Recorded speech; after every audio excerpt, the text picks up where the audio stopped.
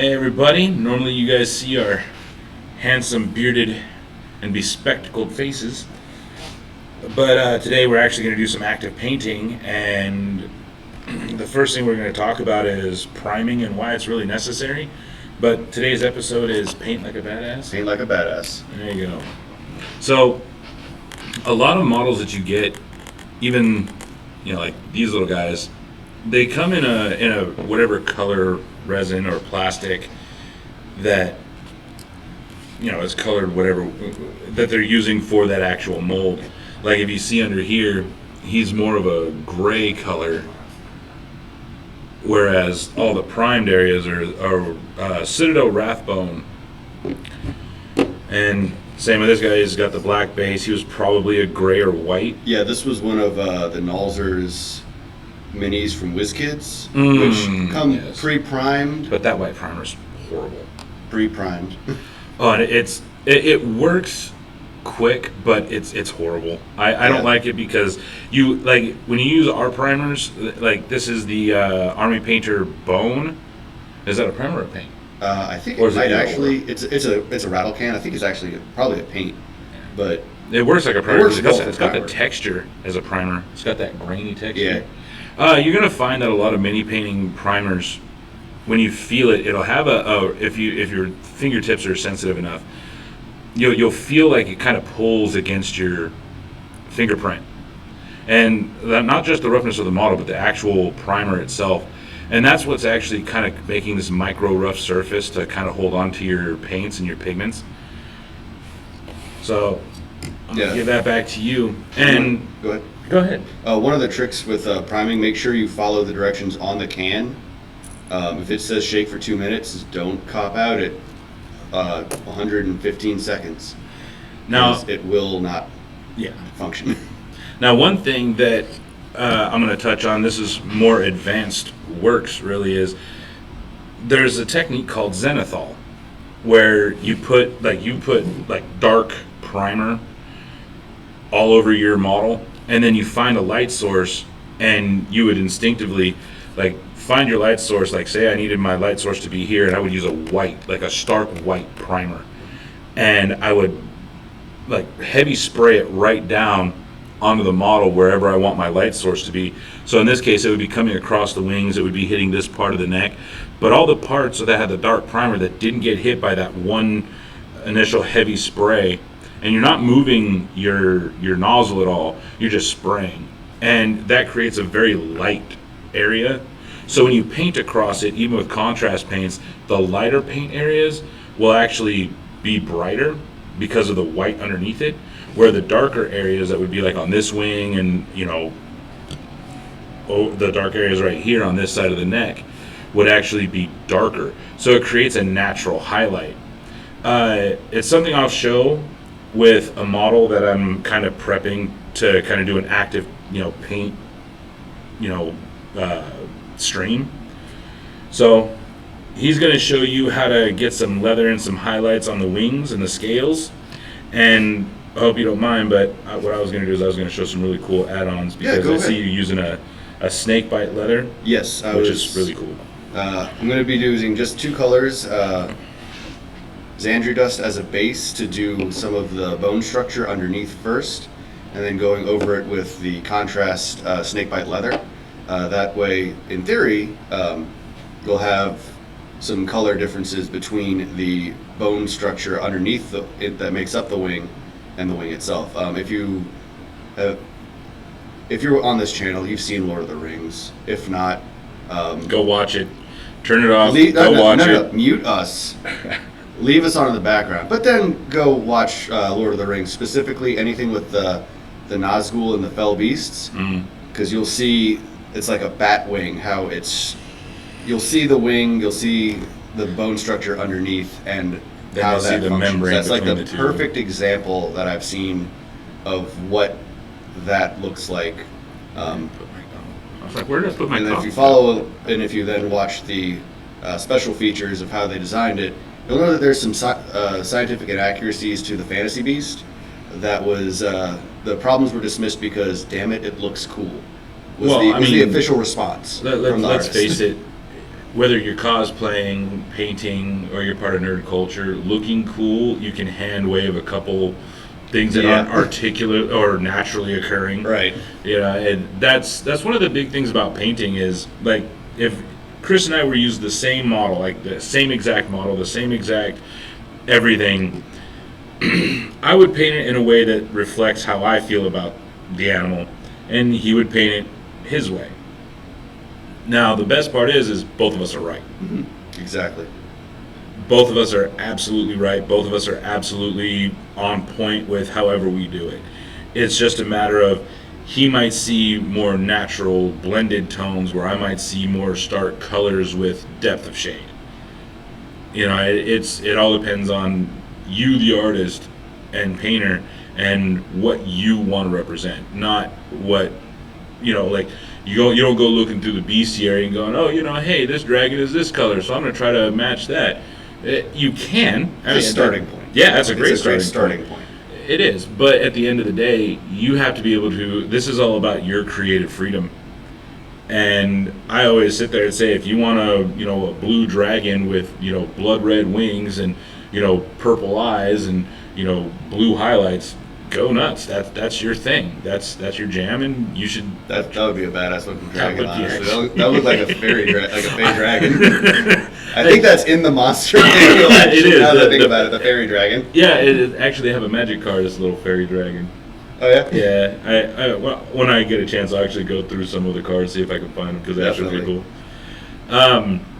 So Chris is going to actively start painting.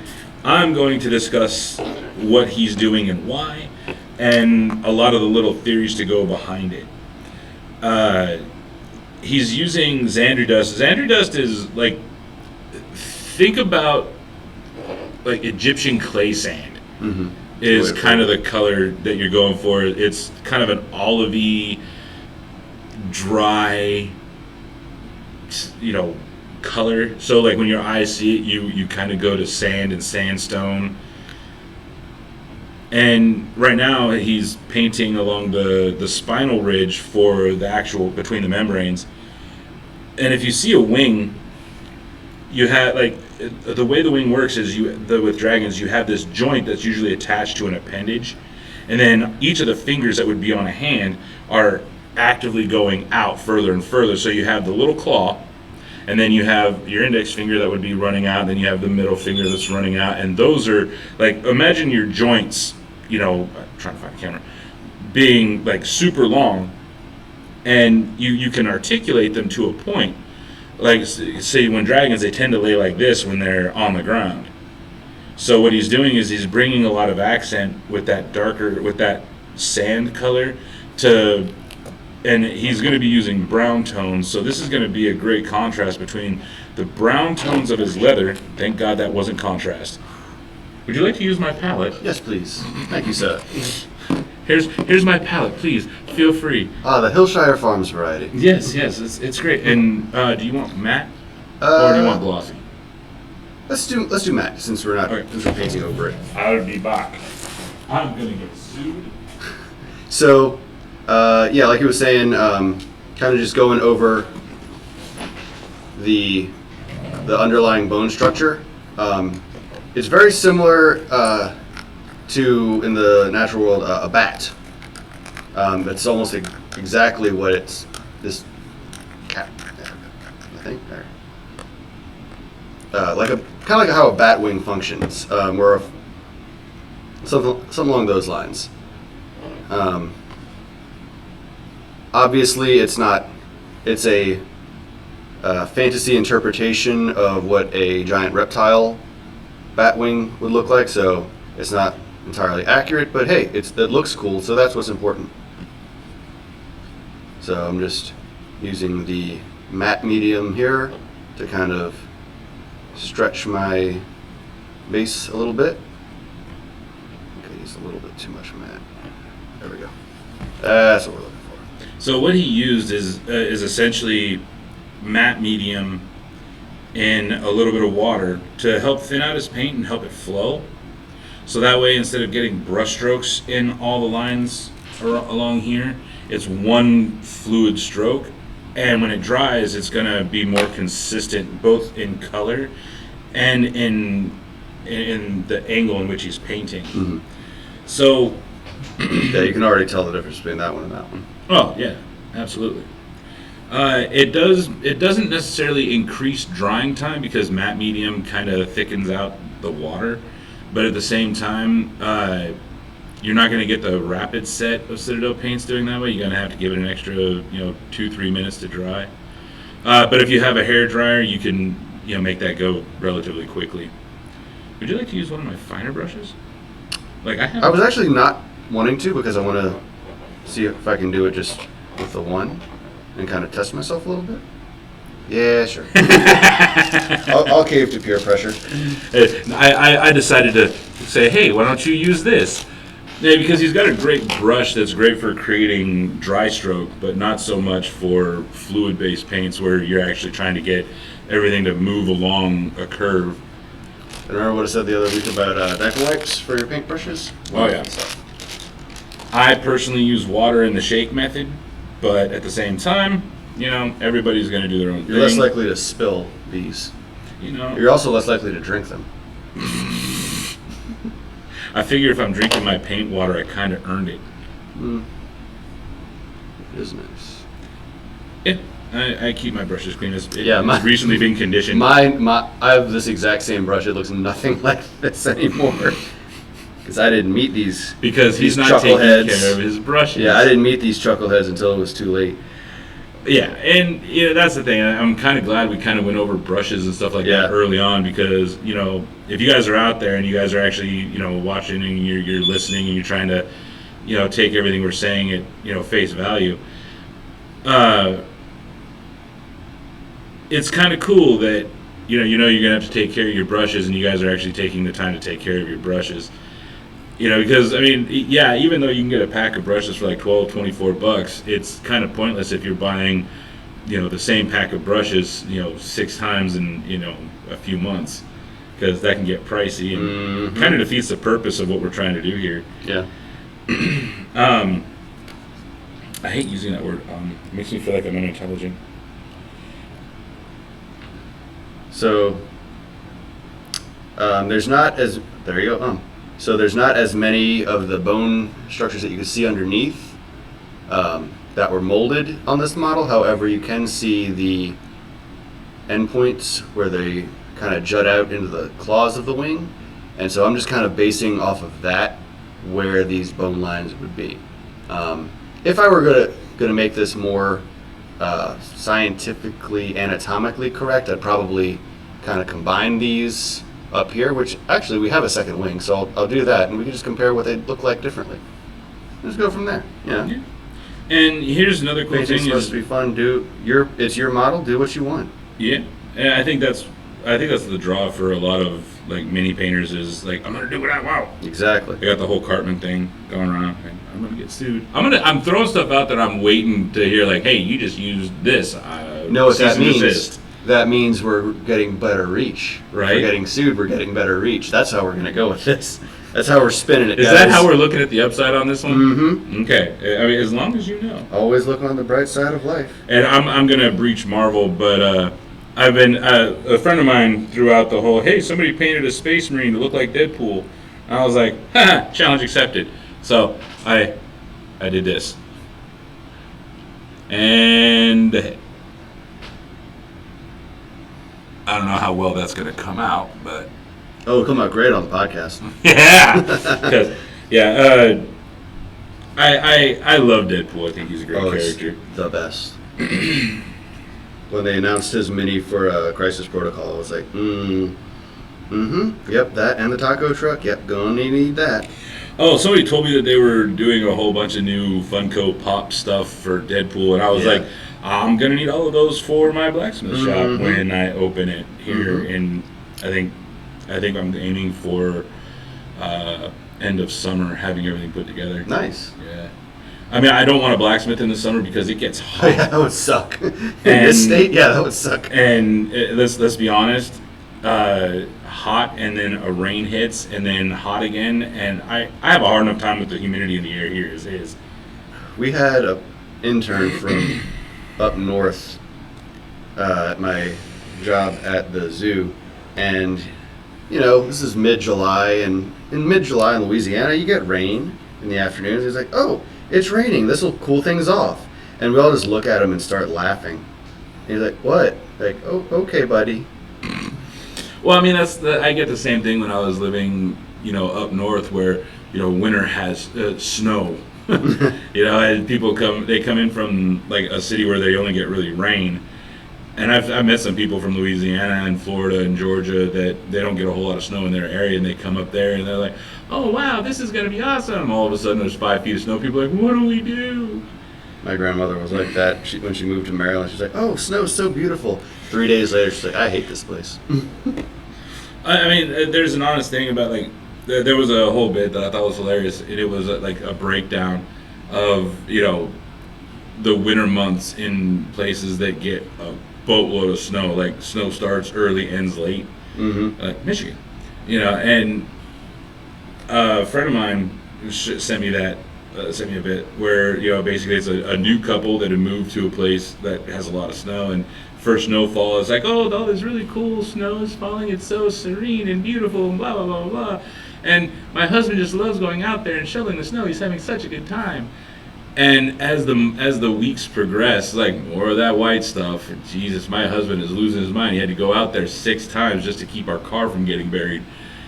And then another couple weeks go by, car's buried. We've given up. That this snow crap's got to go. When summer hit, it's like, and that is the progression. At first you enjoy it. At first it's great, and then all of a sudden you realize how much work it is to live someplace where it snows, and you're just like, yeah, no. So on the leftern wing, I kind of followed bone structure, or what would be a more natural bone structure, angle that right, than on the other one. So I don't exactly follow the mold lines on it, which hopefully will come through much better in the final product. And I'm half tempted to start painting my dragon. Well, I need you to narrate. Well, I am narrating. And wait, what the hell did you just do? Like, okay, it's your call, man. It's your call, brother. It's your model. You yeah. Oh, that diagonal line was on purpose. Yeah. Okay. Yeah. Okay. It doesn't follow like this. Oh, you're not following the mold. You're actually following the natural. Finger bones don't. This would all originate from one point. Now, if this was based on a bird, these would not be here, because bird wings, if you've ever eaten a chicken wing, it just goes like it's just meat, and it's literally just this. The structure of the wing is formed by down. the feathers, exactly. So there would be no bones down here. Right. I just got confused because I'm like, are you having a stroke? And then I realized that you were going to do something totally different here, and I was like, oh. Yeah, two different wings, 2 different examples. There you go. And here's another thing to keep in mind is, I've got an extra one of these minis, so I can I can make mistakes. You can do what you want. Like a $5 mini, you good? Yeah. So I know those minis, they're fun. But again, you have a choice to make when you actually start painting miniatures is, are you going to go with what the miniature gave you, or are you going to go in your own direction? If you're going with the lines that you were given by the miniature, you're going to have to be really focused on following that throughout the whole model.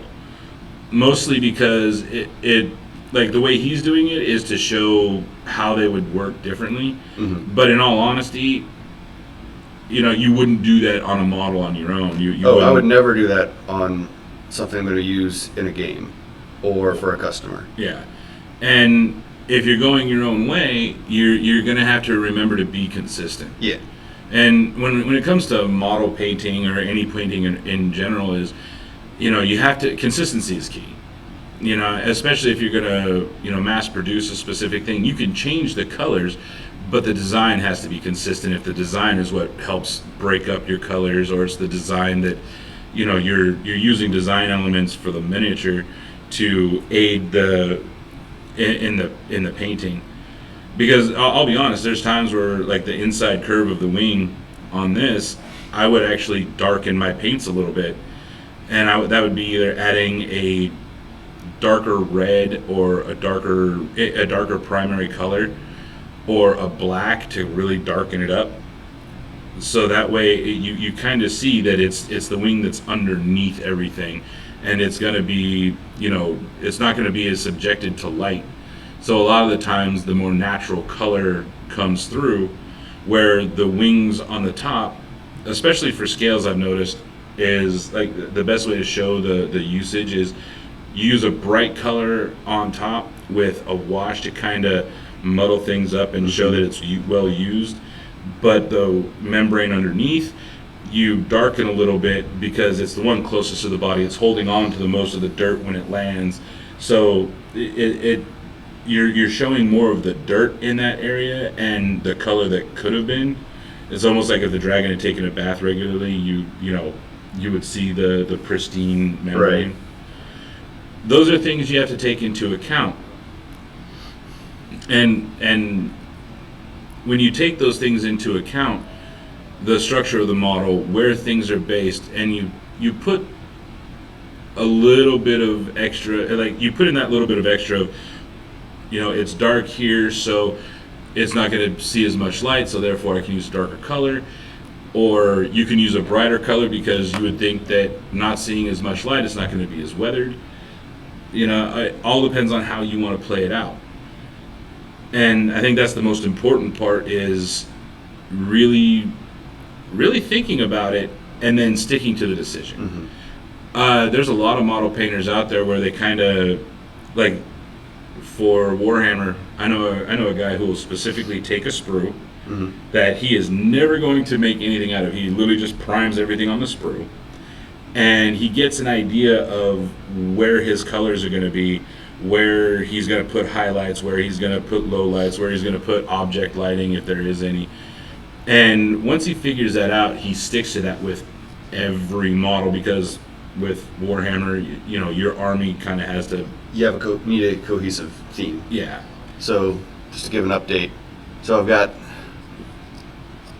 this wing here kind of following the mold structure of the bones coming off at their own points. Not really following a hand. Am I pointing at the right one? Yeah. On this one, you can see they originate a little bit from a wider oval, and then they kind of branch off a little bit better. On the underside, I did a third technique where I kind of drew an oval and then had them kind of branching out almost like veins on a leaf. How occasionally you'll have the support veins kind of coming out off of a main stem. So I'm just playing around, seeing like what of these four that I like the most. Can I point out something inherently odd about this particular model? Sure. Is the irregular curvature of the arm. Like, if you look at that arm and the way bones typically work, you would not see that level of arc. Or 11 fingers. Well, I'm just saying that the arc in this primary arc right here is just awkward. Yeah. I mean, it looks cool, but I don't think, unless dragons have magically flexy bones. Which they shouldn't if they're that size. I can understand. If they're that size and sustaining flight, they should not be. Pinions flexing against this, like a cartilage-based, or like a small wrist joint. So when it goes to generate lift, these would flare out to, kind of break the resistance so that the bone doesn't snap. But to have this curve in here like that, it's like, Also in a very awkward spot for musculature. Yeah. Because it should be, like wyverns, they designed fantastically. They don't have the front legs. This is their front, the wing is their front leg. This particular dragon is a little bit further back. Wyverns have hind legs, but they walk with their bits like this. Yeah, if you ever watch like Walking with Dinosaurs, the pterodactyls that they use are a very good example of that. Yeah. I just thought that was interesting. Yeah, that's a good point. Interesting musculature and bone placement. I mean, the guys at WizKids were like, "Hey, this looks cool this way, so let's design it like that." They weren't expecting full-grown nerd adults to sit there. They really should have, though. You think they would have, but It's like when you watch Next Generation on 4K, and all of the Elcars have like Gilligan's Island lyrics, because they were like, there's no way anybody's ever going to be able to see this, and it's not like we have like super involved fans that are going to nitpick every single frame of this series. Well, someone was wrong there. Boy, were they. And I like the fact that, like the nerd culture when it comes to like D&D, it's like we all know what a dragon is. We all have an idea what a wyvern is. We all have an idea what an elf or a dwarf or a gnome or a halfling all look like. And we can always point out to those things to major works like Tolkien. Mm-hmm.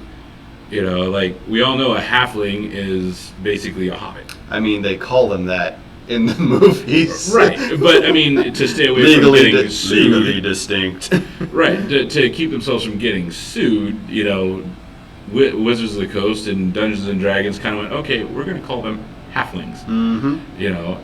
And then you have the dwarves. Well, you have dwarves, and all dwarves could be used for anywhere because there's no one group there's or no person copyright who owns on dwarf or elf. Or Fae, for that matter, right. Because it's nomenclature that's been used around the world. I mean, granted they had different names, but they all pretty much did the same thing. Mm-hmm. So if you ever get into story writing, just keep in mind, if it's nomenclature or used as a society as far back as, the Dark Ages, and it's pretty well known, you can still use it in your story and nobody can really stop you. But if somebody comes up with a term like Hobbit, then yeah, you're gonna get sued. Yeah, yeah, legally blocked. Another thing that he's doing that I find interesting is if you notice he's doing his best. He's doing his level best to paint down. And now that was a very good advice you gave last week. Yes, and incorporated, and it works great. And here's the thing: is it's down in orientation to you, not orientation to the model.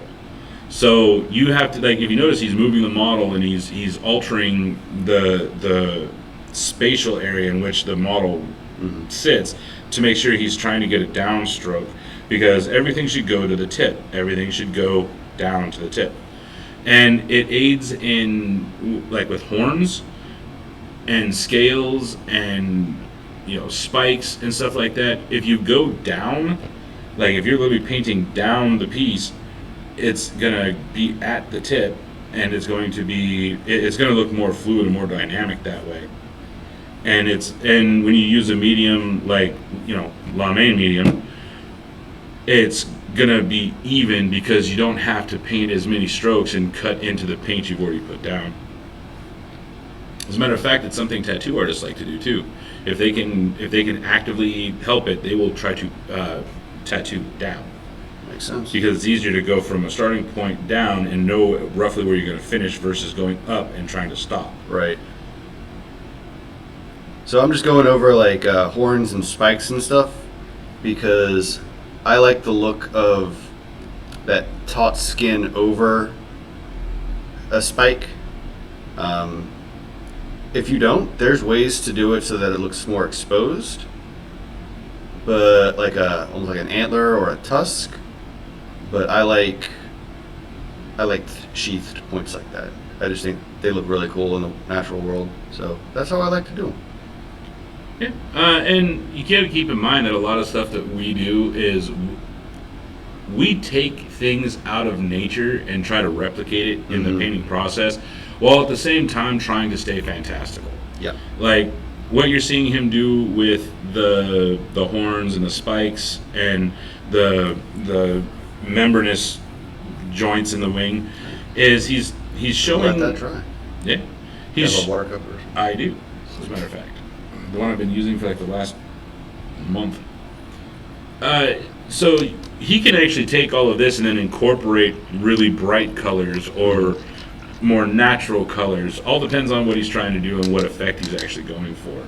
Sure. I gotta stop saying It's all right. I genuinely do. I gotta stop saying is a very poor word to use. Oh, thank you, sir. So what ends up happening is while he's letting this dry, the next process, that I use when I'm going here is I'm literally making sure I have everything prepped and I have my colors set for the next level of painting, the next layer. He's going to go with a contrast paint, which is really cool because it's kind of a brush over and done. You let the contrast dry. The contrast will sit the contrast is legitimately going to sit in all these little creases, and inside the creases is going to be really dark. All these higher edges, where you can actually see the light coming across it, is actually going to be significantly lighter, giving that depth and realism that a lot of people are going for these models. And the one thing you don't have is a wash, something to go over to kind of get into the cracks and kind of show the dark while, adding a little extra layer of color. Yeah. So I have washes. I use a wash, sir. Or if you would like to Would you like to pick, or would you? I'm going to let you use your artistic license. Okay, so you're going to be using snakebite Yeah. leather. Okay, there's really not a whole lot you can do against that. So I have something that you're going to find interesting. Okay. It's one of my favorite ones because of what it does and how it's going to change your leather. Yep. Recovery. Ooh. So what that'll do is it'll add a inherent red tone, Okay. but it'll add some shine, All right. an oily shine. So the creature looks like it's actually a living thing. I like it. Cool. So for those playing along at home, we're talking about Reichland Flesh Shade Gloss. Games Workshop Citadel Color Reichland Flesh Shade Gloss. Yes. All right. And Reichland Flesh Shade Gloss is a red tone, but it's a darker red tone. It's kind of like a red brown. So it'll actually work in tandem with his snakebite leather. As a matter of fact, I have something. And you know what? Flesh Shade is one of those colors that goes well on a lot of different things that you wouldn't expect either. So I'm going to take this sprue and I'm going to use some of your snakebite Yep. leather. And with contrast paints, you want to shake them up as much as you can because a lot of the pigment will sit right here. So you just shake it as violently as possible. And it should look like that. It should look syrupy. Okay. Now, mind you, it's going to go on really thin, and that's why I'm using this particular brush is because I'm just going to go along a line. And the cool part is this line actually has lettering on it. And the reason I'm going over all the lettering and stuff like that is you're going to see where Reichland Flesh Shade really shines with contrast paints. And you get a really good idea of what to expect when you use it, because it's genuinely already sitting in all of its little bits, just doing its thing, being, contrast paint. And I did 2 light coats right there. And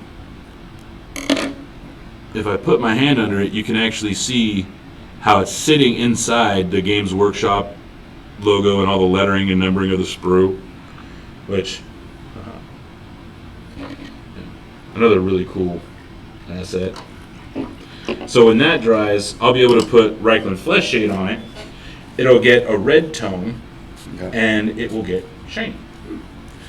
And it's not going to be like, shoe shine shiny, Right. but it's going to be. And this actually does help because this has to evaporate to dry. But what you're going to see in the grand scheme is it's going to have a hint of red, and it's going to be not shoe shine leather or oily shiny, but more like movement shiny. Yeah. Like sun's hitting it. Right. Yeah. Like when you see somebody who's not sweating profusely, but they got just enough oil on their skin to kind of protect them. Yeah. That's the kind of shine you're going to get, and it adds more of an aged realism to. Hippo shiny. Yes. Hippo shiny. Because they actually do produce that. Yeah. Reichland Flesh Shade gloss is also great against golds because it will antique the gold, and it adds that red hue of red antique gold that has been sitting idle. It has a little bit of grunge on it, and I like that effect. Yeah. Because when people use gold, they tend to leave it really, really shiny. It looks brand new, and a lot of the weapons and stuff that have gold and all that other stuff, it aren't new. It's not like they're producing 100,000 of them a day. Right. So they're going to be old. They're going to be, kind of used and worn and tarnished a little bit. As a matter of fact, you know what? I'm going to go use my hairdryer method. Yep. As you can see, it's still pretty wet. Still got that glossy, wet look. And I'll be right back. And while you're doing that, I'm going to get started doing the wings. There you go. So, I've got my contrast leather, got my now, at this point, dried under paint for the bones. Let's get going. Give it a shaky shake. Once again, painting top to bottom. Going to start off with the one that follows the mold structure. And I'm just doing... That's probably Marvel Comics. Yeah, probably.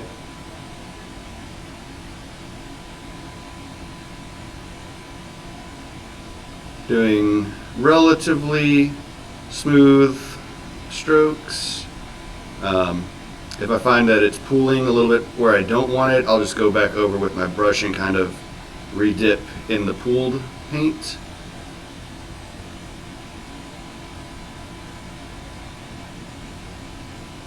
And I'm kind of following, sometimes I'm painting, this is one of those cases where, break the rules. I am painting up, but I'm following the gradient of the mold itself. And if you're looking at the strong. There you go. Tell me that's not cool. That's pretty awesome. And as you can see, it's no longer shiny. You don't see the paint pooling. It's fully dry.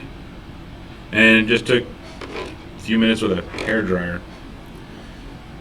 Oh, and you're going over the Xandri dust with it. Yeah, that was the idea, is that it's underneath the skin. So hopefully, if my plan works, it'll look as though it'll have a little bit of a color difference from where the bone is versus where the bone isn't. That is true. So I'm going to steal that Reichland Flesh Shade. And Well, it's yours, so. don't be difficult. We talked about this. Your wife would go in therapy for this. Be difficult.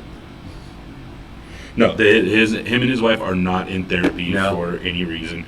I'm making a very friendly joke that probably would not go over well otherwise. No, it's just like him. You, Probably make me kill you. but see, notice. Oh yeah, look at that. And then when that dries, and think about that, that's going to be sitting inside the scales, going to be sitting inside all of that. Mm-hmm. It's going to add a hue to the dragon while at the same time adding a naturally oily surface. Because let's face it, even,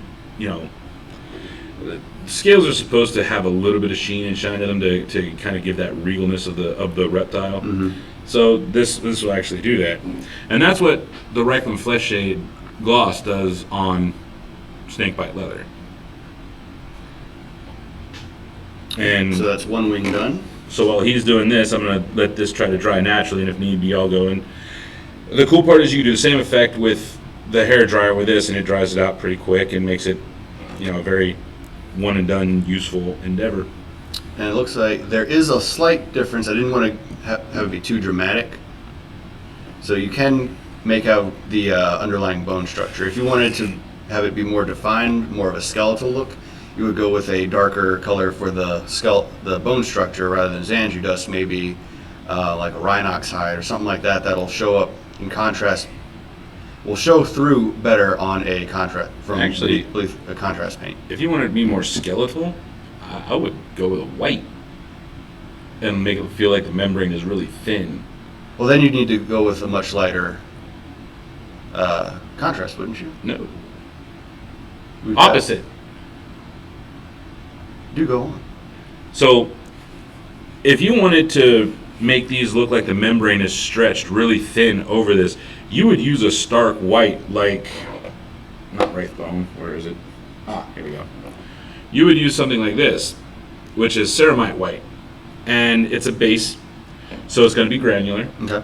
And it's going to be very stark white. Right. So when you put a dark color over it, the light still remains.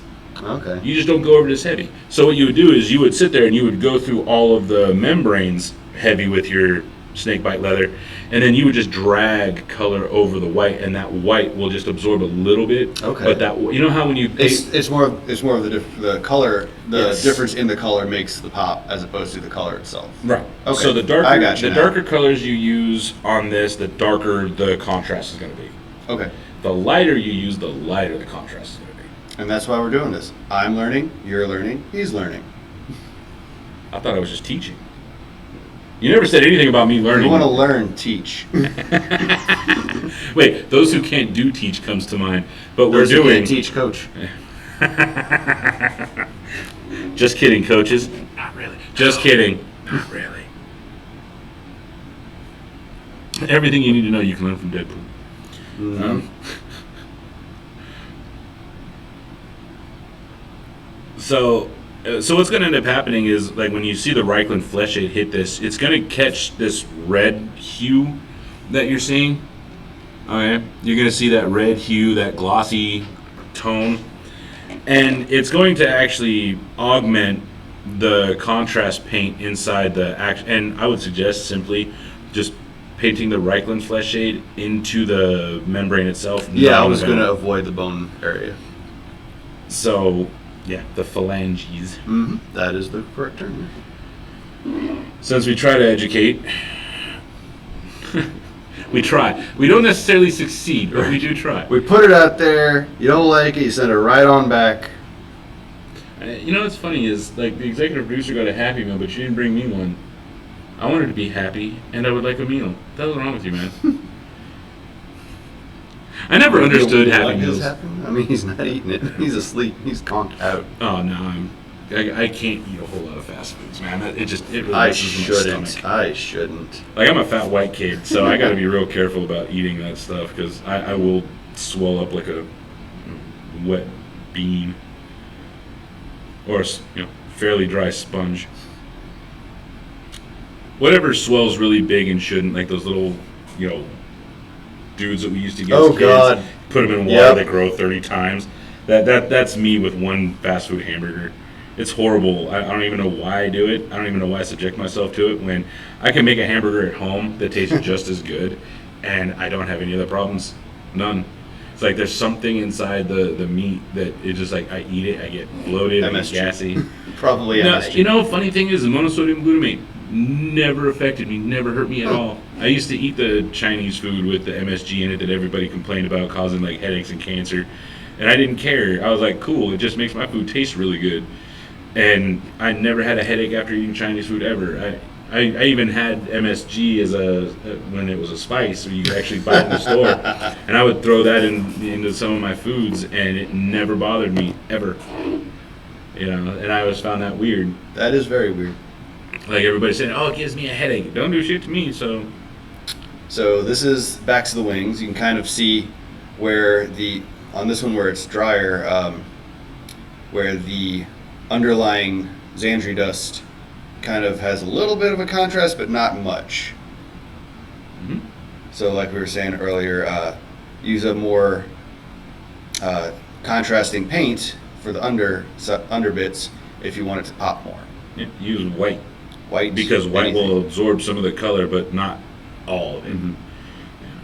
Yeah. And that's one thing they tell you on the Citadel channel is, when you're using contrast paint, they'll use like a white, like a Corax white, mm-hmm. and if I'm gonna use white, I just use my airbrush. Right. I'll literally just like take some of this, add some flow improver and a little bit of matte medium, and I'll literally just have it thin enough that I can just spray it, and it does the same thing. And if I really feel the need to have everything adhere, I'll spray a clear coat mm-hmm. over it, over the Okay. model, and then I'll hit it with white because that clear coat acts as a primer. Yeah. You know, and so then I have just like the white that I can just hit spritz over, and I've actually done that with Zenithal. Use the gray that these things come in, hit it with a clear coat, put white over there, and then just plaster on my paints. And it's effective. I mean, it's not as effective as having like a jet black Right. with white, but you do see a difference. Okay. Yeah. But as you can see, as it's starting to dry in some spots. Yeah. Yeah, that gives it a really good. See, like that right here, like it doesn't look. the reddish, oily stuff. Yeah, it doesn't look like it's grease, but or some viscous fluid. It's like a natural sheen. Yeah. And it gives that snakebite leather that extra punch. Because snakebite leather by itself is a great contrast paint, but it lacks punch. Mm-hmm. Especially if you're using it for an organic thing. And I think snakebite leather was designed for multiple passes, but I found that you put Reichland Flesh Shade for like Flesh Shade gloss for things that need that natural sheen. Yeah. And you can actually just use Reichland Flesh Shade for things that just need to look like it's made naturally. Mm-hmm. And because like leathers in themselves have hints of red, or like the good leathers have hints of red, yellows, things like that. So adding those wash tones actually help make the thing look more organic. Mm-hmm. And the way you're going with this, organic seems to be the way to go. Yeah. And that's something you're going to have to play with. These are things you're going to have to learn over time, and things that you're going to find that over time just do a great... Oh, yeah, absolutely. Just use baby wipes to kind of use your water. So, and what I was doing is like, it's literally my go-to for maintaining an organic look. And I find that even if you're using fantastical colors, finding a way to make those brighter, more fey-like or fantasy-like colors more believable to the eye is adding a wash or some sort of ink into the crevasses that help make it look organic. Yeah. Because it would be silly just to use like Mephiston red over the whole model and nothing else. Or making this thin enough with a little bit of black to kind of darken it up even further and get a burgundy, it just wouldn't be enough. It would look flat. So I would actually go, funny thing is, I would actually use Dragonhof Nightshade on that. That would look good. Yeah. To do like a fey type. Mm-hmm. And the reason I would use a blue wash is when you want something to look menacing and just in your face, use Christmas colors. Use blues, reds, greens, purples, things like that. And the thing will look in your face, and if you use a base paint, a base color, and you use another one of those colors to kind of give it its additives, you'll find that you've created this beautiful organic color, but at the same time it's like, wow, it's coming right for us. Well, why do you think that is? Why do you think your brain goes to that? Well, the human brain really doesn't see millions upon millions of colors. That's right. We only see red, green, and blue, and mostly green spectrum. So if we use colors that have the ability to mix with green, we actually tend to see more of it, and brighter colors are a danger. There it is. Because Mother Nature has created, here's this very bright thing. Mother Nature's that warning kills sign, it. yeah. If it rattles, if it hisses, or if it's bright, it's going to hurt you. There's a scuba diving saying, if it's pretty, don't go near it. Right. If it's pretty, don't touch it. If it's ugly, don't touch it. If it moves, don't touch it. Yep. Red and yellow, kill a fella. Red and white, red. Red touches yellow, kill a fellow. Red touches black, friend to Jack. Yeah. Mm-hmm. Red and black, friend to Jack. The touching thing. All I know is that if red and yellow are together, stay the hell away from it. Yeah. if red and black are there, chase it and make it your pet.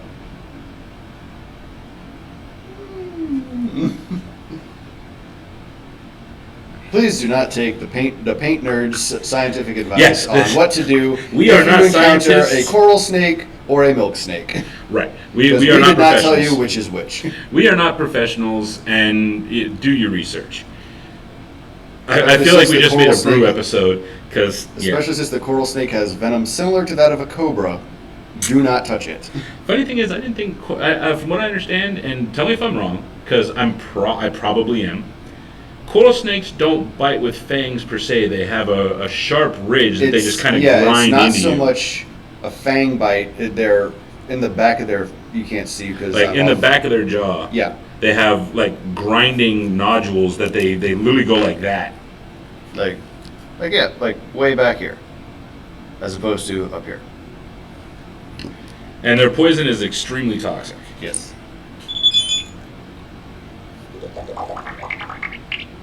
So, these are dried, so you can get a good look at how kind of bone structure underneath leathery wings kind of functions and how that would look. But as always, paint the way you want it to look. Yeah.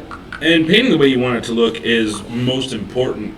But like I said, to get the most out of it is plan ahead. Mm-hmm. Make the decisions. Like if it's an organic creature, do what you can to make it organic. If it's an inorganic creature, you can add oils and things like that to make it inorganic. And having, an organic creature look organic and still be bright and vibrant, you'd be surprised how quickly people are like, oh my god, that's awesome, how'd you do that? I went like this a few times, and then I put this on there and went like this, and voila. You're literally going to start seeing things the way we do. It's just like, I threw paint on stuff, and, So ignoring what we said, that you can't do that last episode, you can in fact throw paint at stuff. Well, yeah, I mean, you're going to see it as throwing paint at something because you might be seeing it as an idea and a learning exercise where everybody else is going to see this magical thing of painting that you've done. And I'm hoping that as we show you how we paint and how to make things happen, like I'm going to be painting this little dude for a video that's just me painting, and I'm going to show you why I choose the things I choose to add that organic thing. I mean, this is a cute little dragon. He's adorable as hell. But I'm going to make him an adorable little red dragon with his, little hoard and his little treasure chest and all that. So you're going to see a lot of the techniques I use that not only show him being an organic creature active in his environment, but you're going to see that his environment is going to, I'm hoping I can translate the environment looks as viable as he is. There's more than just painting this stone that he's got, that he's perched on right here. This stone is going to have to be, painted over. It's going to have to be washed. It's going to have to be shaded because the environment that this dragon's in has to look as viable as the dragon himself. And one of the cool things about the paints that we use is it allows us to create that realism and that viability. Like you're actively seeing this creature in nature, or what it could be represented as in nature, even though it's not an actual natural creature. Right. We're giving it. Think of painting dragons and stuff like that. Like you're giving the statue life.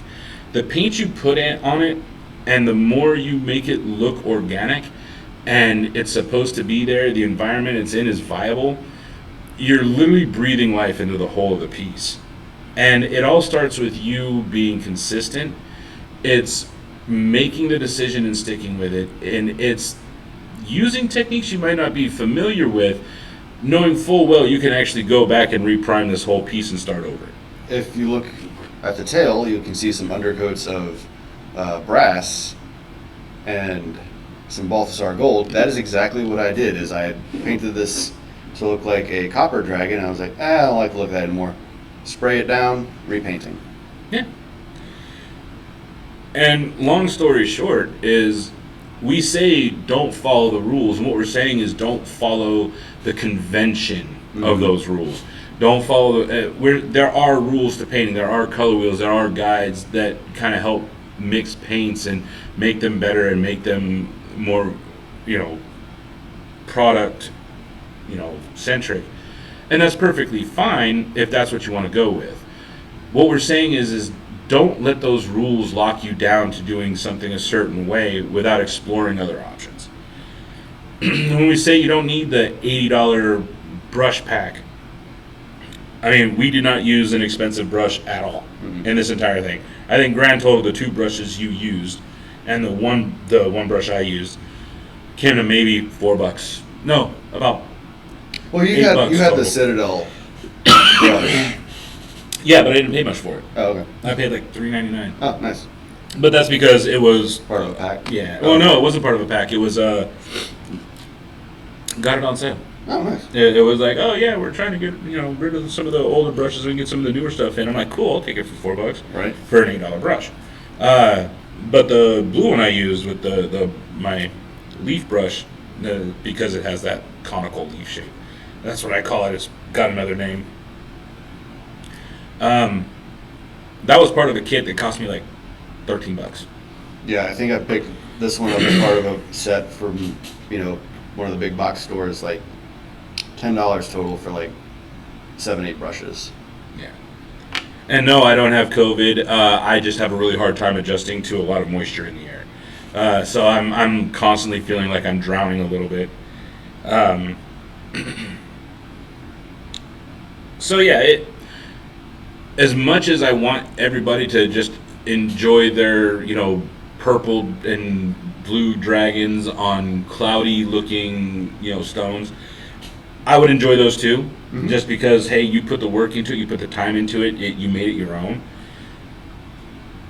But if you're trying to become a commission artist and you really enjoy playing with the colors and paints, viability is going to be a mainstay for you. If somebody wants a blue dragon with bright purple highlights, you're going to have to find a way to make that happen. But at the same time, the environment you put that dragon in is going to be also important. And viability with the color choices, it's going to be up to you to make that dream come true, that vision come true. But when you do your basing and you do the environment around the dragon or whatever it is you're painting, the more viable that is, the more viable the work you put in it is going to be. Yeah. And there is a huge difference between viability and lack of freedom, because I can prove on 4 occasions I've done something way off book, and as long as I made it viable, made it look like it was supposed to actually be there, it works. And that's the key, is you're free to use all these things, just you have to be able to know what you need to make it look like it's supposed to actually be there. And I think that's where a lot of people get carried away, or they kind of lose interest, is because things look flat. Yeah. Add the washes. Like, it's not dry yet. Yeah, contrast takes a little bit longer to dry. And viability is very important. For the object to look like it's actually supposed to be there is very important. It shows that you understand how your washes work, how your paints work, and it shows a mastery of the craft itself, even though knowing those things is kind of basic. Yeah. I mean, I'm not saying that learning it is easy. I'm just saying that once you get the hang of how it all moves, you'd be surprised with 2 paints and a wash. We're going, like, I'm going to go after this with a wash here in a second, and you're going to watch it go from a muddly, very textured, very well looking, leather that kind of looks like, I'm going to be honest, snakebite leather to me on a model like this kind of looks like, a stuffed animal, Yeah. taxidermy. Yeah. Where when we start adding that organic layer that shows a movement and a flexibility to the creature, it's going to feel more like it's a snapshot in time. And a lot of really great models, regardless of how they're painted, the really good ones always look like a perfect snapshot in time. Mm-hmm. You know, Absolutely. that one moment. And that's what you're really capturing, is a moment in time with that miniature. And it takes a lot of want to get that practice to roll the way you want it to. I think that wing is drying out. Yeah. So, here we go. Now, made the first mistake, always shake. While holding the lid shut. Yes, I tend to hold it like this or like this, like make a fist around it, and then I just roll my wrist. To some people it would be awkward, but I'll tell you what, it sure as heck beats having a very thin fluid flowing around it. Was it this one? Or this one? So here's what I'm going to do is I'm just going to go over the whole thing, because that just, yeah. You can already see it doing its job. It's awesome. Oh yeah. So I'm just trying not to be super heavy-handed with it.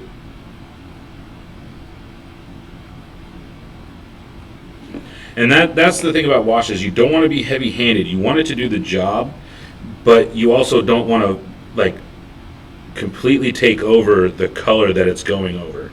And unfortunately, with some washes, that's really easy to do. It's really easy to overpaint all of that.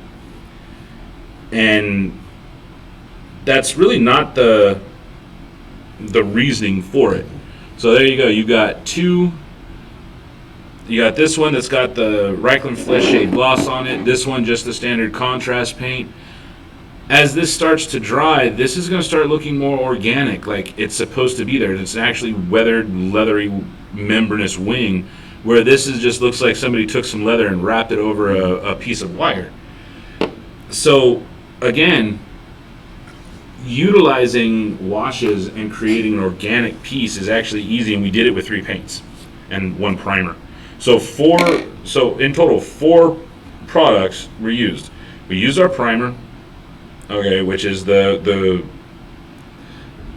primary color underneath on the tail right here. We used a base, Xandri dust, to kind of give off where we want everything to be. We used a contrast paint to kind of go over and darken all the pieces and sit in the recesses and, you know, kind of give us our temperatures and texture.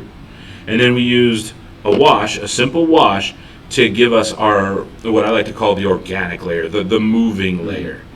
So if we were to do this to the whole of the model, okay, he were to go and paint all those things that need to be, you know, a specific color, use the contrast paint and get all the scales dealt out, and then keep in mind we're letting everything dry in between.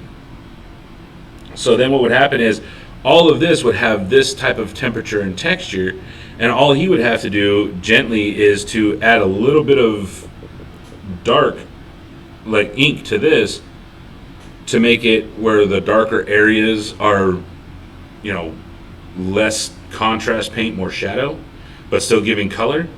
And the Reikland Flesh Shade gloss over all of it to give it that organic measure. And as you can see, as it's already starting to dry, this wing is still, it's catching some of the light that's coming down on it. So it feels like it's supposed to be there, where this isn't catching as much light at all. It's actually kind of diffusing the light. This is actually catching the light and showing that there's a light source coming off of it, and it's just hitting right in this area right here.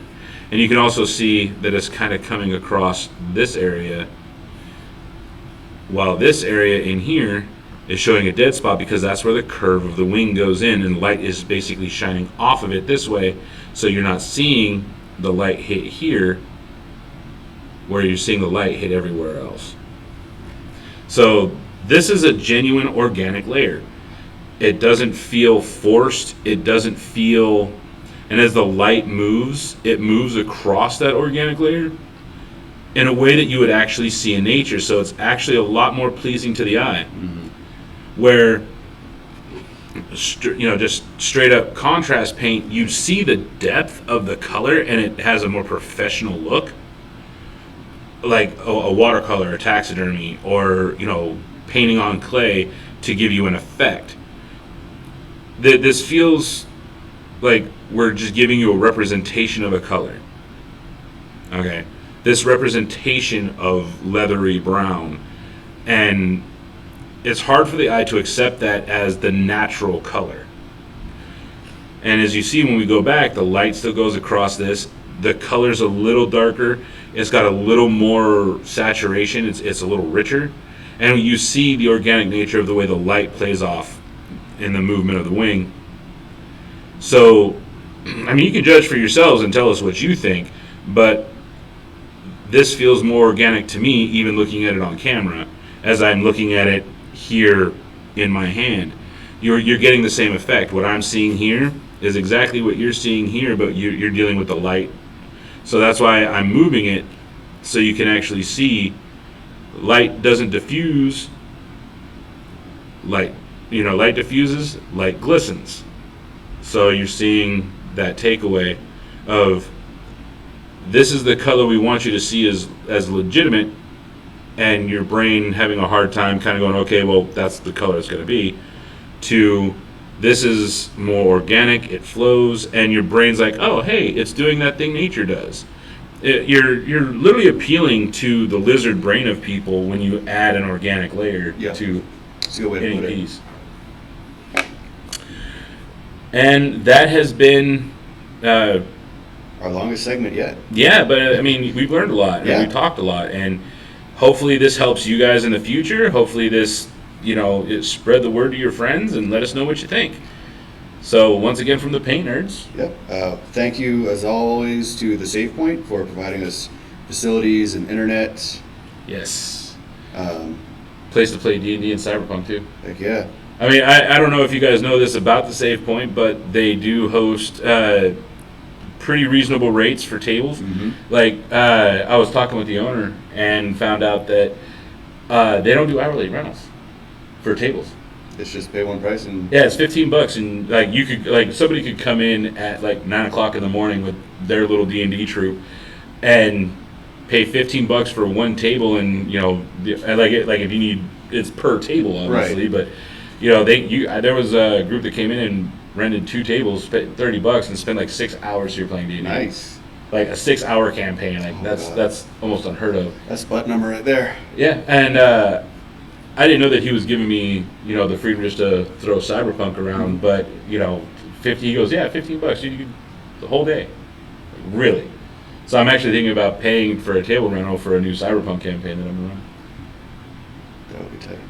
And typically they have a lot of drinks, but people come in and buy the monsters that they have. They have Monster, Coke, Mm-hmm. Dr. Pepper, Sprite.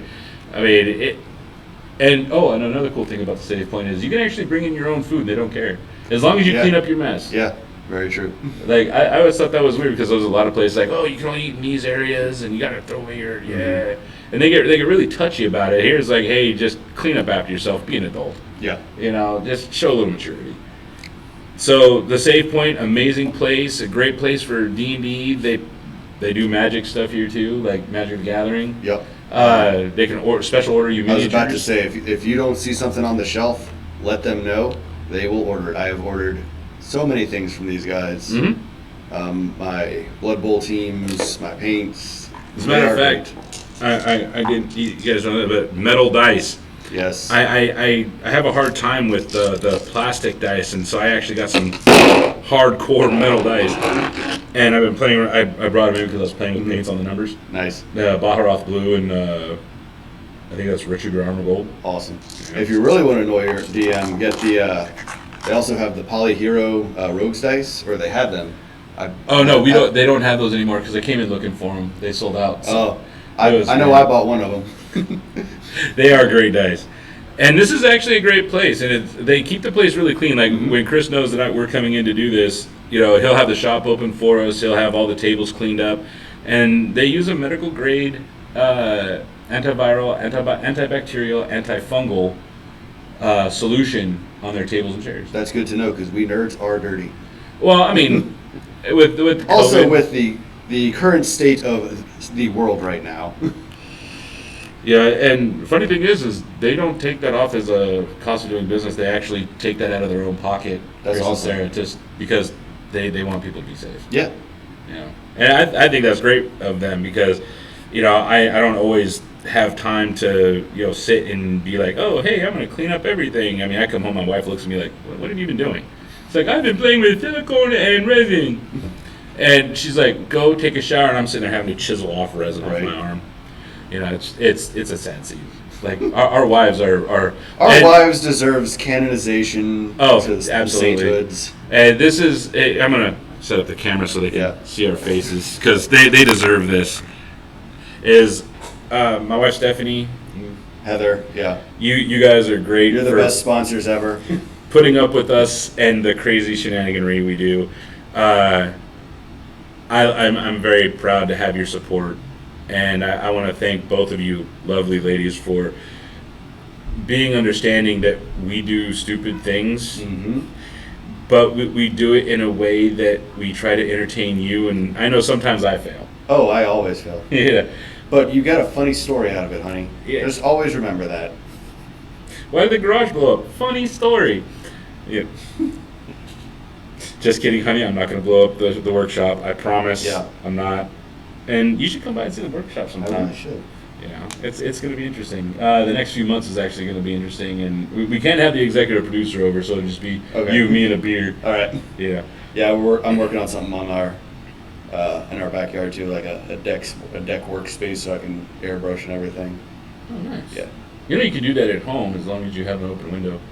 Yeah, our windows don't. How do you? I don't know, man. It's a weird house. Like. That's a rant for another day. So anyway, thank you everybody who's been watching. Amen. And again, a very special shout out to Troll Tooth Productions because without them and their insistence and their constant,